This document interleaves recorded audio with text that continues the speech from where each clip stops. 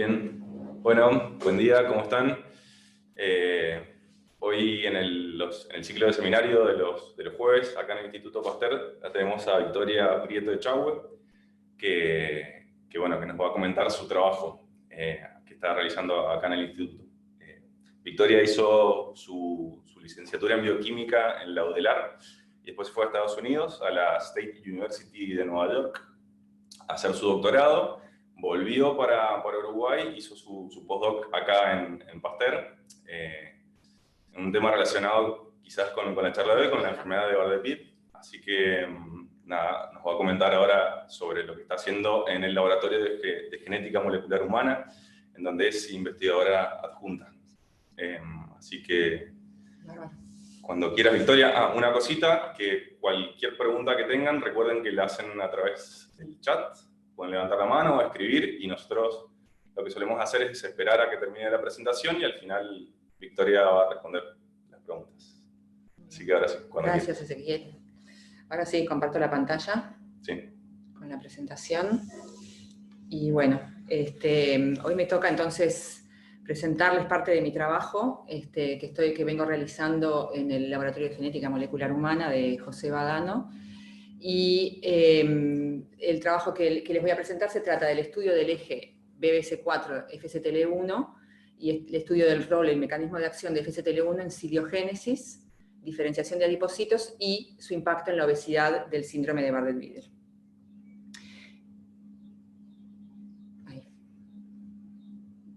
Tengo que hacer algo acá. En el laboratorio estudiamos una serie de enfermedades, un grupo de enfermedades que se llaman ciliopatías y que se agrupan en ese grupo justamente porque tienen deficiencias en un organelo que se llama la cilia primaria, y al estar presente la cilia primaria en muchos tipos celulares, afecta varias funciones y órganos, como por ejemplo, en el caso de Bardet-Biedl están afectadas la retina, se producen quistes renales, se producen defectos cognitivos y obesidad, que va a ser el centro de este trabajo. La flechita no funciona. Bueno, la cilia primaria es el órgano afectado en las ciliopatías y es muchas veces llamado como un organelo antena. Estructuralmente es una protrusión del citoplasma que se organiza alrededor de un axonema de 9 dobletes de microtúbulos, sin un par central, o sea que no es móvil, y se llama organelo antena porque es un organelo que concentra varias moléculas de señalización y vías de señalización en su membrana y en su citoplasma. De vuelta para recordar, las ciliopatías son un grupo amplio de enfermedades, BBS es una de ellas, tienen se presentan con una diversidad de síntomas, y en particular, repito, nosotros nos vamos a centrar en el síntoma, como en el fenotipo de la obesidad en el contexto de BBS. BBS es una enfermedad genética hereditaria y hasta la fecha de hoy hay 21 genes causantes de BBS, por los que una o más mutaciones causan la enfermedad. 8 de esos, las proteínas codificadas por 8 de esos genes se agrupan en un complejo que se llama BB-Soma, cuya primera función que fue descrita y más estudiada es el transporte de proteínas ciliares hacia las cilias. Además de esa función, nosotros y otros grupos estamos interesados en estudiar funciones extraciliares de las proteínas BBS. En particular, en una colaboración que hicimos con la doctora Zaglur en la Universidad de Maryland, nosotros trabajamos en el rol de BBS4 en el tráfico de endosomas, más bien colaboramos con su trabajo, y en el que se mostró que BBS4 participa en el reciclado para la vuelta a presentación, o sea, sí, en el reciclado de los receptores de Notch a la membrana plasmática. Volviendo al tema de la adipogénesis y la obesidad, es un síntoma que está presente en varias de las ciliopatías, y en particular en BBS. Es un problema de salud pública mundial. la prevalencia en el mundo de la obesidad definida como índice de masa corporal mayor de 30 es de 11% en hombres, 15% en mujeres, y en Uruguay en particular 23% en hombres y 32% en mujeres. Entonces, en este contexto, nosotros concebimos que las idiopatías pueden ser un modelo interesante para estudiar mecanismos de patogénesis de enfermedades complejas porque tenemos una base genética un poco más definida o que las podemos definir con nuestros sistemas experimentales. Este esquema es un poco complejo todavía, pero el motivo por el que lo quería mostrar es porque me parece que está emergiendo un concepto interesante de concepción de la obesidad como una ciliopatía secundaria. ¿Qué significa esto? Significa que, dadas las condiciones de obesidad, se producen señales, como señales inflamatorias o metabolitos anormales, que terminan produciendo una disfunción de la cilia primaria.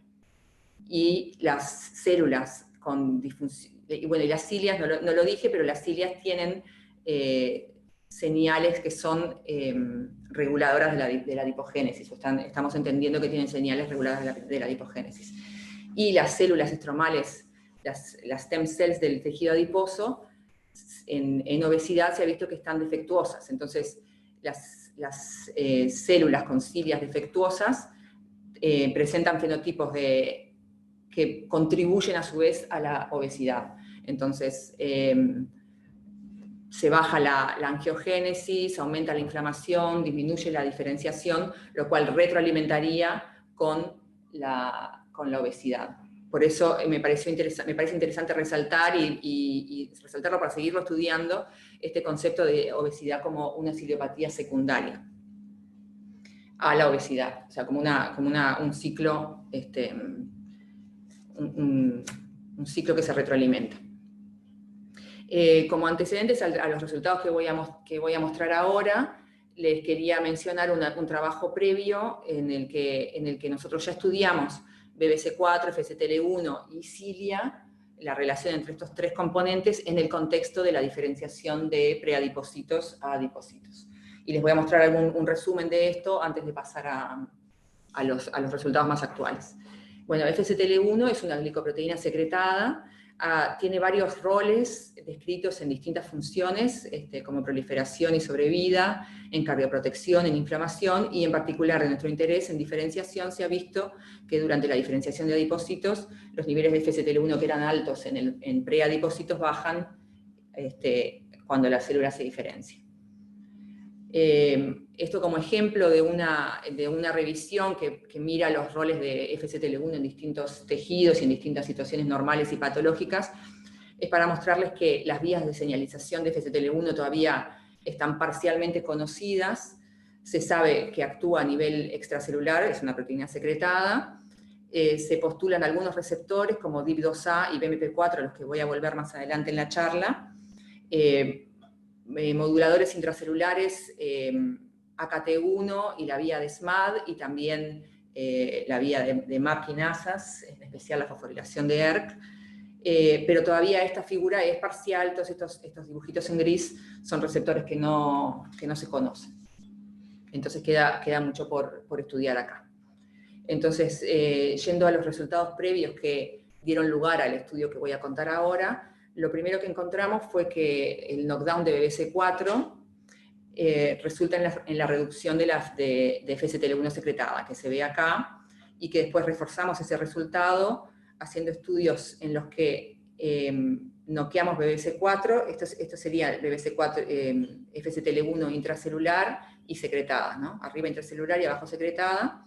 En las células sin tratar, el bloqueo de BBC4 produce la bajada de FSTL1, y cuando inhibimos la degradación en lisosomas, los niveles de FSTL1 intracelular se rescatan, pero no los niveles de FSTL1 secretada, por lo cual a nosotros nos sugería que esto significa que BBC4 tiene un rol en la secreción de FSTL1 para afuera.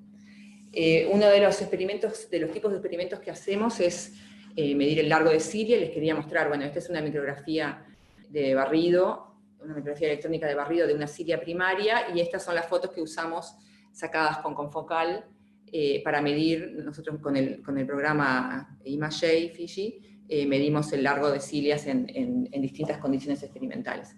Y acá quería mencionar mi reciente conversión al sistema de colores verde, magenta y azul, que es que antes usaba verde y rojo, y el verde y magenta es más inclusivo para las personas que tienen daltonismo. Y hay otras combinaciones que ahora no me acuerdo, pero se pueden mirar.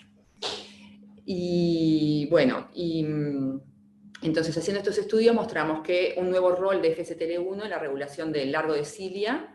Vemos que cuando noqueamos FSTL1, las cilias son más cortas, y también mostramos que tiene un efecto que nosotros llamamos parácrino, porque al reponer FSTL1 como proteína recombinante en el medio, pudimos rescatar el largo de cilia después del knockdown. Por lo cual este es un nuevo rol de FSTL1 que nosotros mostramos en la regulación de la cilia. Otro tipo de experimentos que hacemos es diferenciar preadipocitos en cultivo.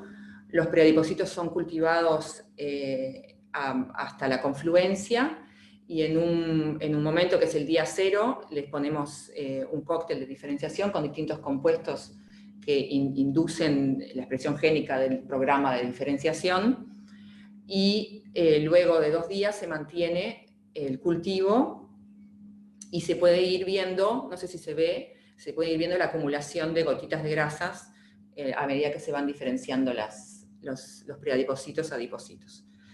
En estos trabajos anteriores nosotros vimos que la expresión génica de FSTL1, que está arriba, y BBC4, que está abajo, varían a lo largo de los días de diferenciación. Y entonces hipotetizamos que este pico de FSTL1 podría ser importante, porque además también va en paralelo con una variación del largo de cilia, que también se ve que al principio está la cilia, se alarga y luego se acorta.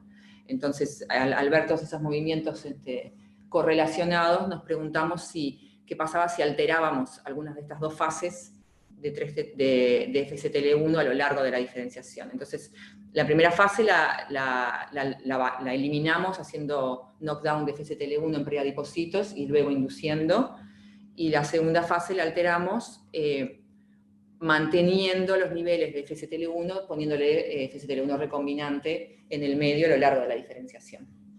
Y bueno, y medimos distintas variables. Entonces, en cuanto a la primera fase, vimos que el knockdown de FSTL1 inhibe la diferenciación. Acá se ven las cilias en células sin inducir, están largas, y al final de la inducción, a día 10, se ven acortadas, y a día 4 ya se empiezan a ver acortadas, y las células que tienen knockdown de FSTL1 ya arrancan con cilias cortas y no varía demasiado el largo, y eso en esas condiciones terminan no diferenciándose las células a adipocitos. Esto es una tinción de oil-red-O, que es la tinción de lípidos, es una tinción que tiñe los lípidos que están acumulados en la célula. La otra parte del experimento, que era mantener los niveles altos de folistatin en el medio, también lo hicimos, y vemos que el acortamiento que vemos normalmente a lo largo de la diferenciación no se ve cuando folistatin recombinante está presente, y también mantener esos niveles altos nos interfirió y nos inhibió la diferenciación.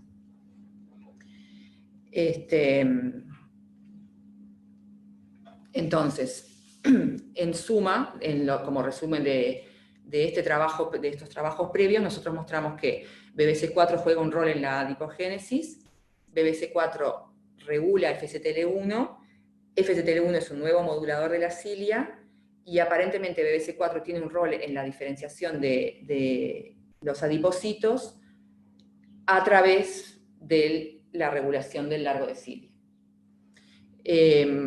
Después de todo eso, quedaron preguntas pendientes que fueron las que quisimos abordar a continuación.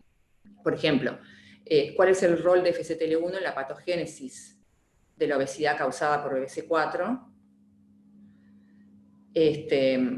Porque mostramos esa correlación en cultivo, y queríamos ver en situaciones más fisiológicas, y para eso primero teníamos que caracterizar, que no estaba hecho, cómo son los adipocitos de ratones BBC4 knockout. ¿Cómo es la obesidad que se produce en BBC4 knockout? ¿Es más bien por hipertrofia, porque crecen mucho los adipocitos, o porque hay muchos adipocitos, que sería la hiperplasia? Y también queríamos estudiar, entonces para eso nos propusimos estudiar los patrones de acumulación de lípidos por citometría. Me adelanté. Bueno. También la otra pregunta que surgió fue, ya que habíamos visto un rol de BBC4 en la secreción de FSTL1, nos preguntamos, ¿tiene un rol más general? Habíamos hecho un control con una proteína que no se había visto afectada, pero nos preguntamos, bueno, ¿hay otras proteínas secretadas que también son afectadas por BBC4? Y para eso nos planteamos hacer un análisis de secretoma de células BBC4 knockout. Y como vimos ese efecto tan fuerte y tan robusto de la lesión de FSTL1 en la ciliogénesis, y como las vías de señalización de FSTL1 no están tan claras, como les mostré, nos interesó profundizar en el mecanismo de la acción parácrina de FSTL1, estudiando un poco, tratando de ver si podíamos aprender un poco más sobre las vías de señalización utilizadas por FSTL1, al menos en este contexto. En esta charla, porque no me va a dar el tiempo, me voy a enfocar en el primero y en el tercero, pero el segundo objetivo está en curso y también estoy trabajando en eso. Entonces, la primera parte voy a hablar del rol de FSTL1 en la patogénesis de la obesidad causada por BBC4, por el knockdown de BBC4, y en particular el vínculo, vamos a tratar de estudiar el vínculo entre BBC4 y FSTL1 en la adipogénesis.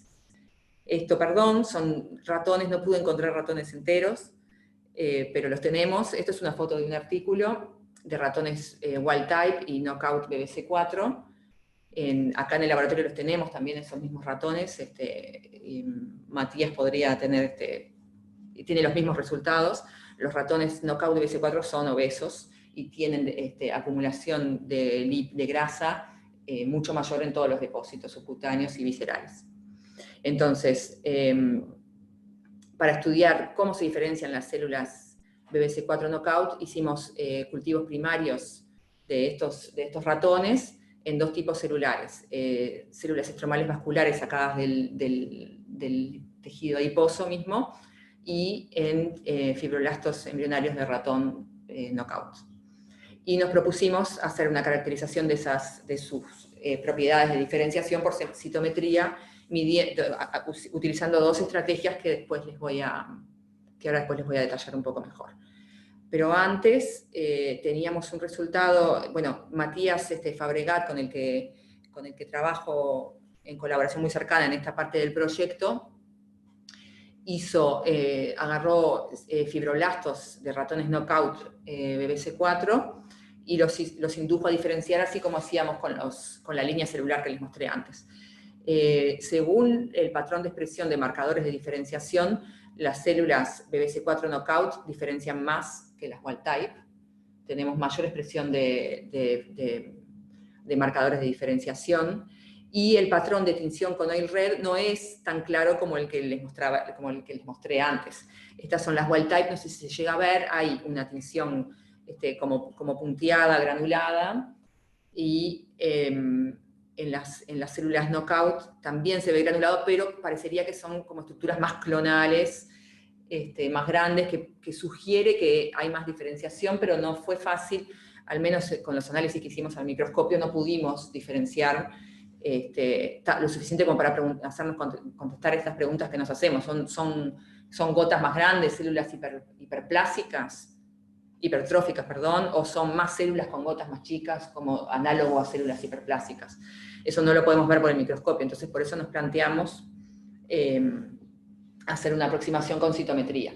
Y para eso hicimos primero una puesta a punto con los preadipocitos, con la línea celular de preadipocitos, que son 3T3L1, y encaramos una tinción de lípidos utilizando esta tinción de BodyP que se une a lípidos neutros y que se ve acá. Estos son adipocitos diferenciados, teñidos. Utilizando esta tinción pudimos obtener bastante sensibilidad como para poder diferenciar células sin inducir. Acá está la intensidad de fluorescencia. Células sin inducir, células inducidas a día 4, o sea, en una etapa intermedia de la diferenciación, y células inducidas a día 10 vemos más células que consideramos body-P positivas, o sea, diferenciadas. Otra aproximación que quisimos poner a punto y que estaba reportada era sin fluorescencia, era solamente mirando la granulosidad en unos diagramas de scatter y forward, que ven que a lo largo de, estas son células control sin inducir, y a lo largo de la diferenciación se van acumulando estructuras o eventos más complejos, más altos en el scatter. Y pudimos más o menos... para atrás. Acá. Entre este 3L1 reprodujimos, no tan robustamente, pero pudimos reproducir, a día 4 tenemos un poco más de células más complejas, y a día 10 pudimos ver al menos una diferencia, como para asegurarnos. Lo que queríamos era tener un rango dinámico como para detectar diferencias eventualmente entre wild type y KO. Después, cuando fuimos a las MEF, la situación no fue igual que en la puesta a punto, pero más o menos parecida. Tenemos las MEF, acá se ven las MEF sin inducir, y le hicimos un gate de body-P positivo, ¿no? Acá está la intensidad de fluorescencia. Hicimos el gate con las MEF wild type sin inducir y teñidas. En las wild type inducidas tenemos un 22% de body-P positivas, y en las KO inducidas tenemos cerca de un 5%, lo cual en este sistema nos sugiere que las KO se diferencian menos, tenemos menos células diferenciadas en KO. Para confirmar eso hicimos un análisis alternativo mirando las distribuciones de las fluorescencias, y nos da concordante, los cian son las células wild type, y vemos que la distribución de la fluorescencia está corrida más hacia intensidades más altas. Esto por ahora lo tomamos como resultados preliminares. Los experimentos en los que hicimos esto tienen algunas debilidades. Por ejemplo, la inducción es un proceso que es bastante complejo y que no es tan fácil reproducirlo idéntico todas las veces, y en este caso y en otro que nos estoy mostrando, la inducción no fue tan robusta, tan fuerte. Entonces tenemos un poco de preocupación de que nos estemos metiendo en algún artefacto, por eso tenemos que seguir repitiendo este experimento. Cuando pasamos a células estromales vasculares, en las mismas condiciones, ahí sí el patrón fue bastante diferente, tuvimos que entonces desarrollar otro método distinto de análisis. Para empezar, vimos en el scatter versus forward, o sea, en la dispersión de tamaño y complejidad, se vio estas gotitas, estos eventos chiquititos que nosotros interpretamos como detritus, gotitas sueltas. Entonces las excluimos del análisis. Luego definimos las células body-P positivas con un control, y luego, como no podíamos ver mucha diferencia en esta distribución, volvimos a visualizar las células body-P positivas en tamaño y granulosidad, y pudimos ver una distribución en cuatro cuadrantes, siendo P1 y P3 los que más nos parecen relevantes. P1 serían las células más chiquitas, con gotitas chiquitas, y P3 serían las células más grandes con gotitas más grandes. Recuerden que todas estas son body-P positivas, o sea, todas tienen gotas. Y entonces, comparando KO con wild type, vimos una distribución diferente en esos dos cuadrantes, en P1 y en P3.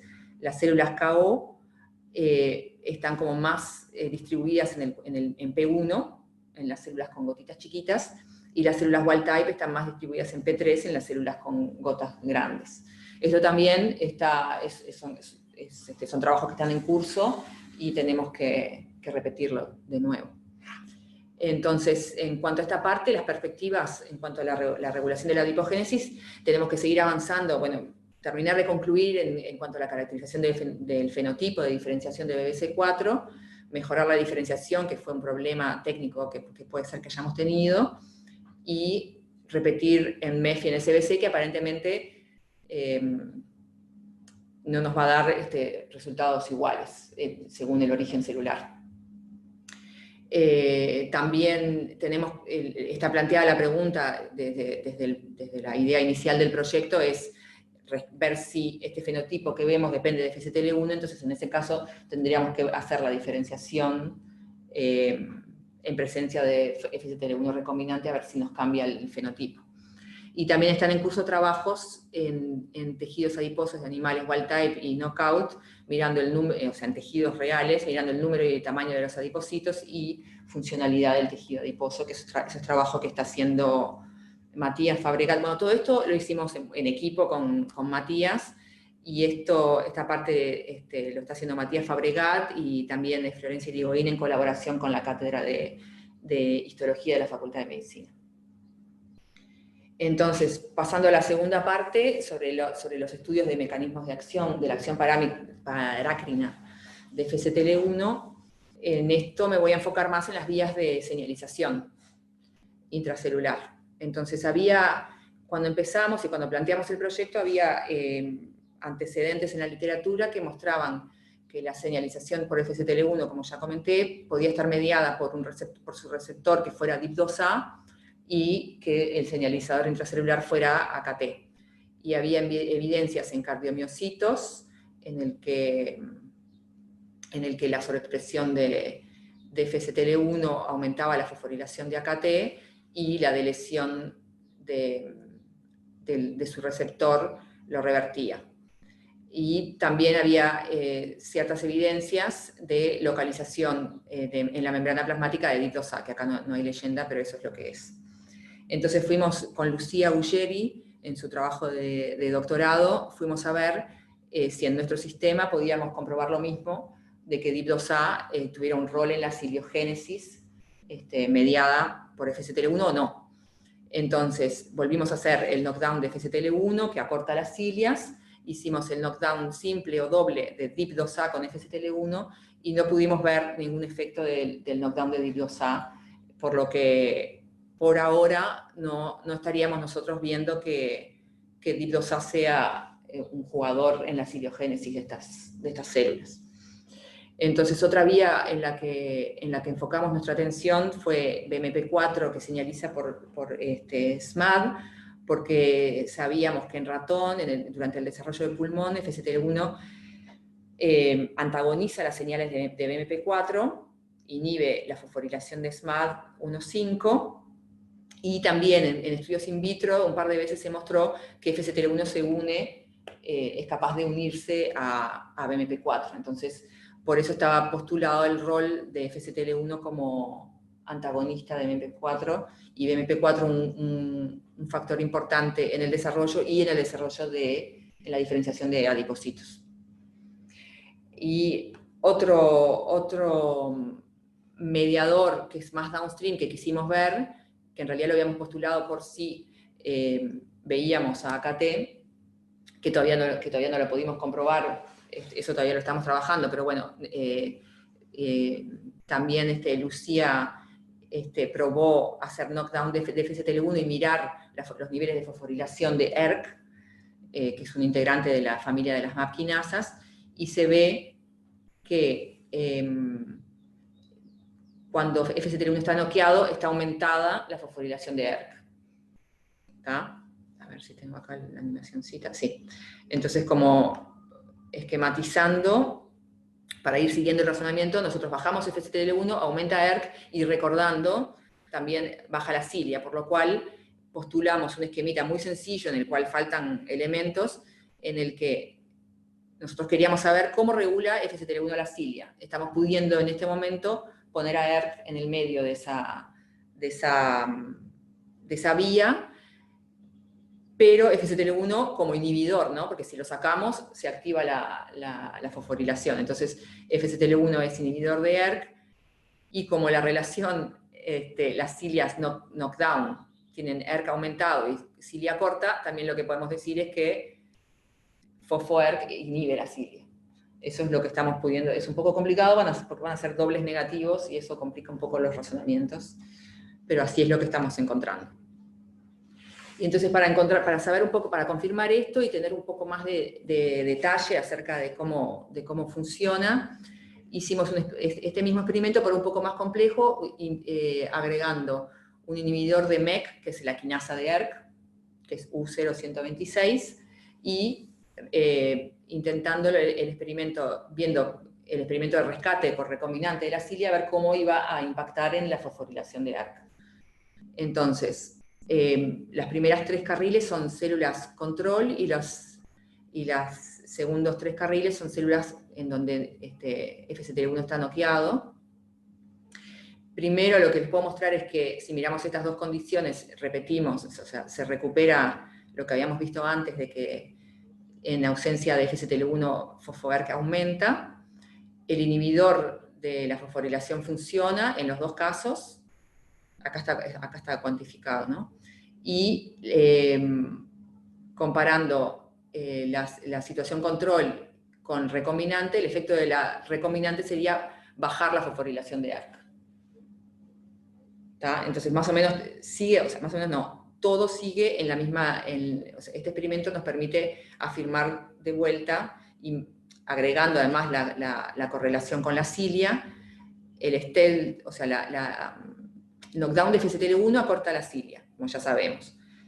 La inhibición de ERK, en ese mismo contexto, alarga la cilia.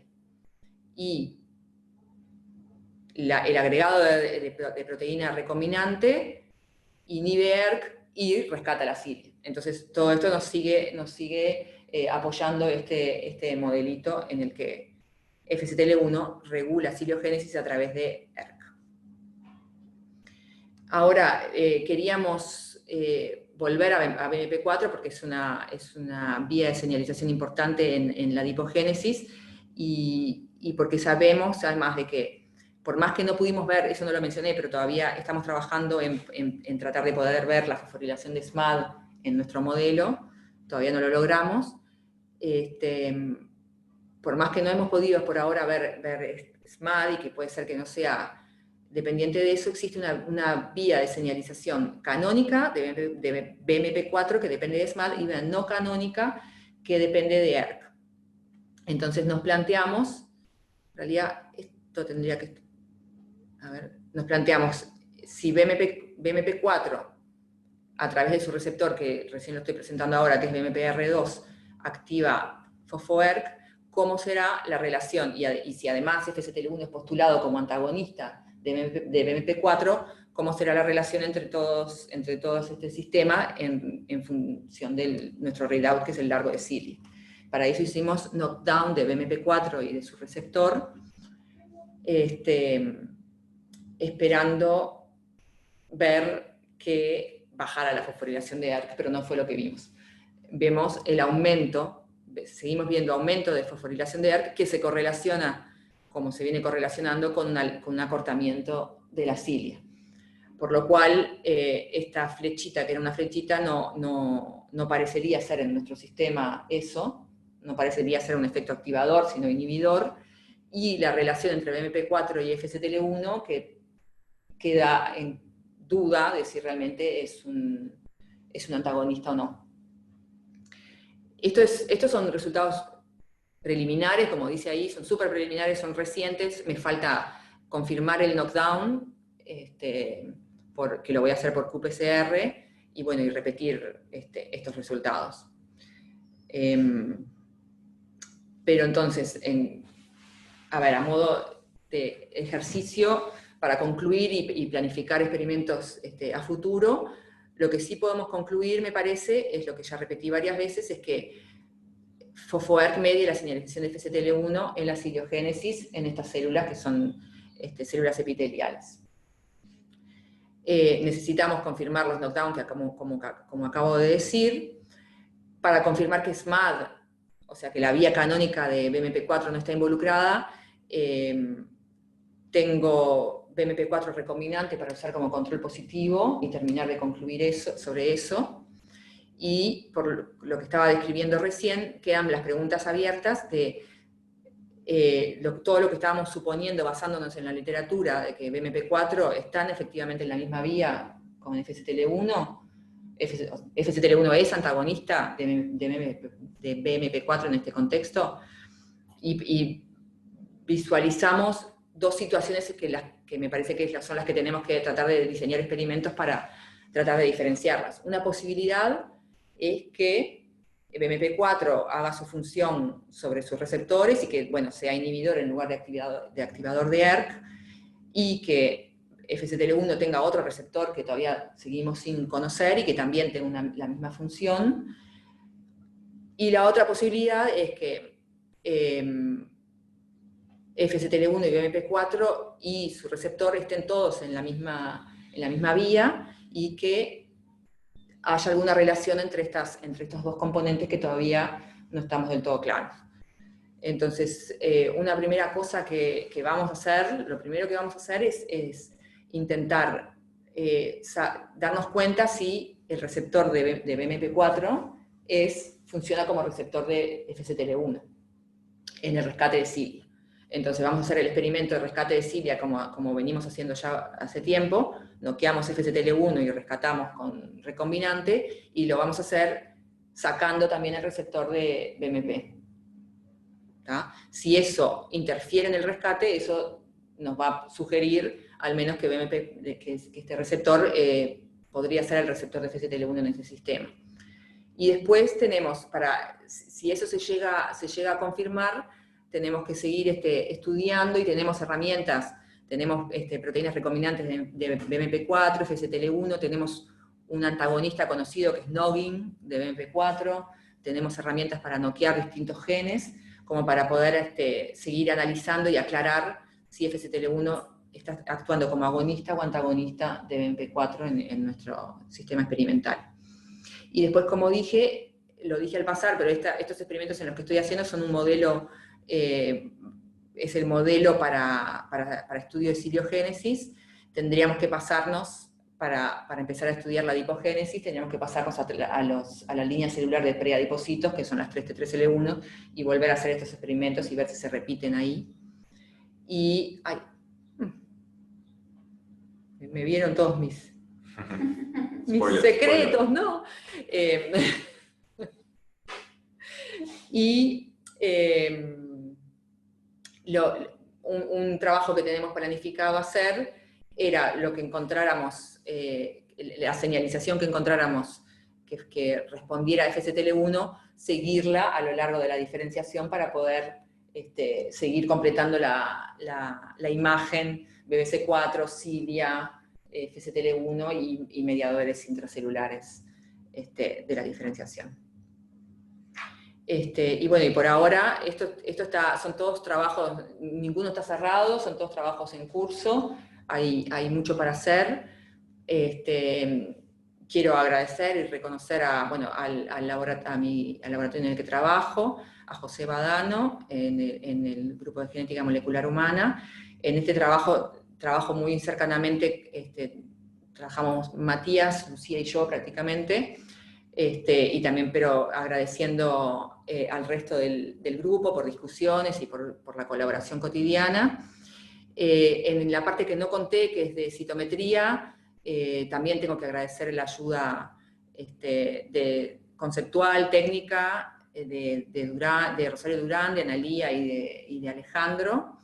En la UBC agradezco muchísimo la ayuda técnica de Paula Céspedes con el manejo del citómetro. También es muy importante el trabajo que hacen en la UATE, manteniendo, junto con Matías, la colonia de ratones BBC4 Knockout.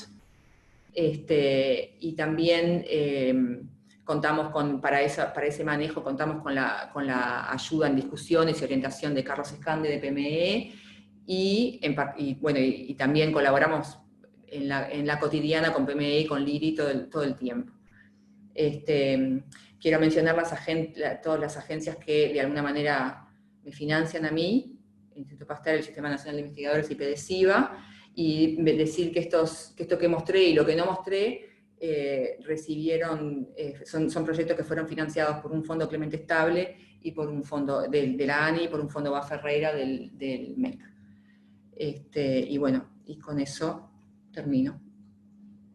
Y agradezco mucho que hayan estado ahí, no sé quiénes estuvieron. Bien. Muchas gracias. Gracias, Victoria. Bueno, quedan abiertas las preguntas para quien quiera. Recuerden, la pueden hacer por el chat o pueden levantar la mano y le damos la palabra. Así que... ¿Cómo hago para ver? ¿Querés ver los participantes? Sí. ¿Tengo que salir? Sí, puedes dejar de compartir. No, miro la tuya.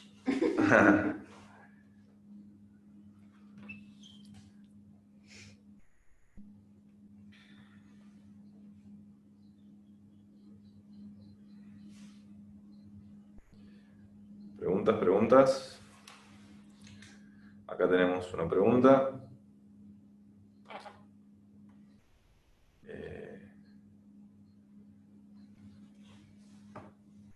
Soy Mariela. Sí, ya te damos la palabra, Mariela.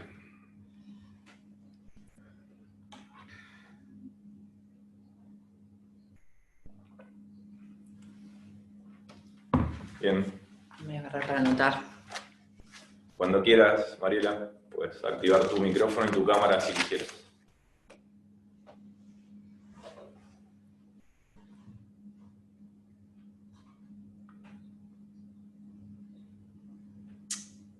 Perdón, no sé por qué promovía a Cecilia Abreu, pero un momento. Sí, hola. Ahora estamos contigo.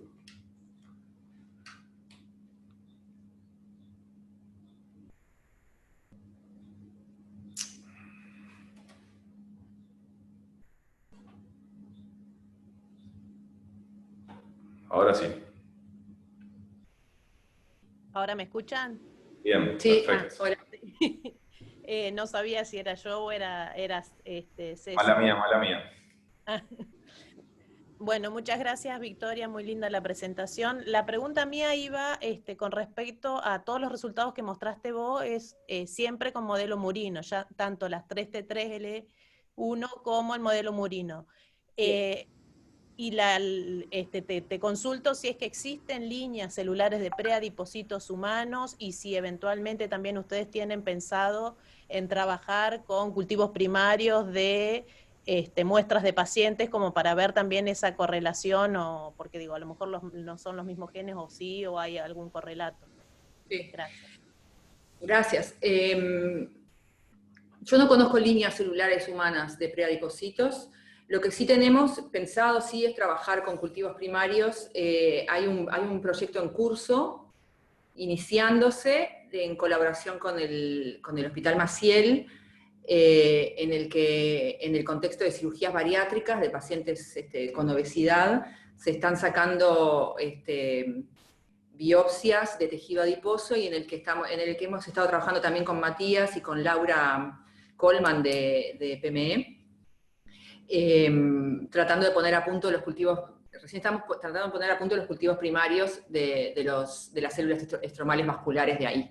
Pero sí, la idea es trabajar en eso, mirando FCTL1 y mirando sus capacidades de diferenciación.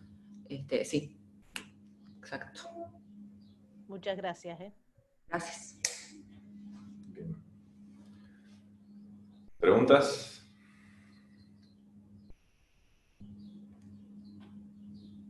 Recuerden, pueden escribir por el chat, pueden levantar la mano.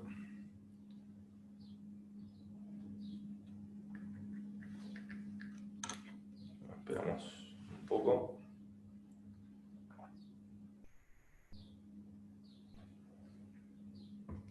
Bien.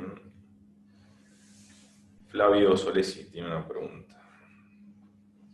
Ahí te promovimos a panelista, Flavio. Puedes activar tu micrófono y tu cámara si quisieras.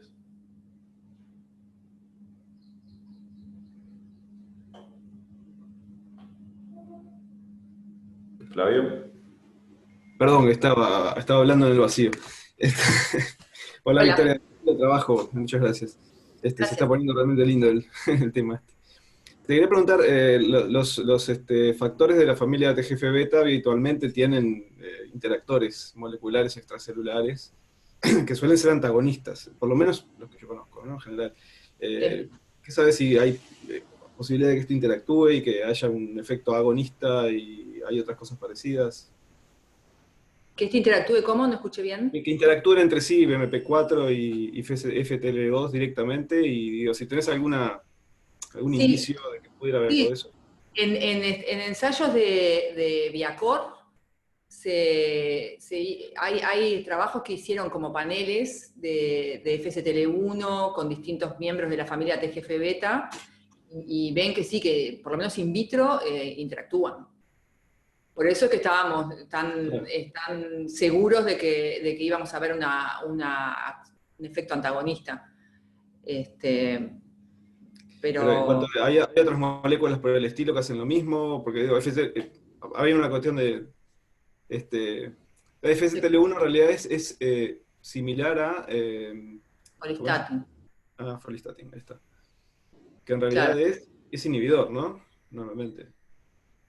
¿O estoy yo De confundido? BMP4. Claro, sería Sí, un antagonista claro. de O sea que BMP4. acá sería un agonista, sería agonista en lugar de antagonista. Parecería, claro, parecería que está. Según estos últimos resultados que son súper preliminares, que hay que agarrarlos con pinzas, y Pero ¿sabés de otros agonistas por el estilo? de otros agonistas, no, Sí. conozco Pues, antagonistas sí, de, pues de suena. Pues BMP4 sí, sí, como no. era esa más la pregunta. Ahí está. Claro, está, sí. Sería súper interesante por ese lado.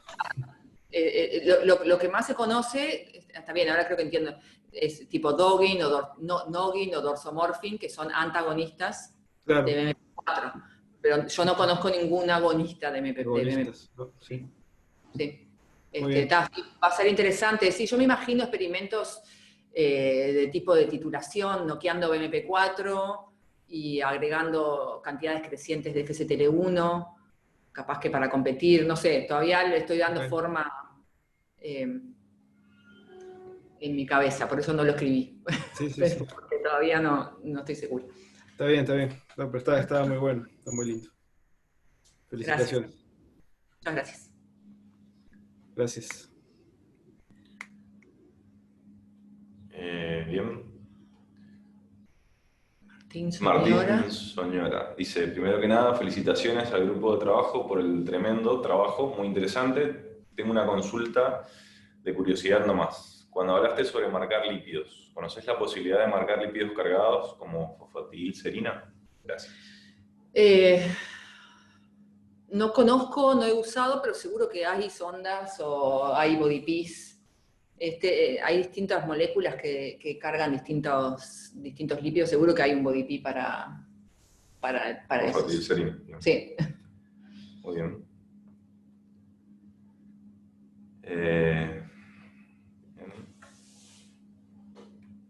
¿Vos conocés? Creo ¿Vos que decís es que en sí? apoptosis, sí, En se apoptosis. marca en apoptosis. Ahí va, bueno, las anexina o... Bueno, está, pero sí, seguro que sí. Podemos buscarlo. Lo googleamos juntos. Ujú. Bien. ¿Preguntas? Bueno, ha sido todo muy claro. Bueno, me suele suceder que no queda muy bien. Pero bueno, te agradecemos, Victoria. Muy buena Bueno. tu presentación. Gracias. Muchísimas gracias. Bien, entonces nos vemos el jueves que viene.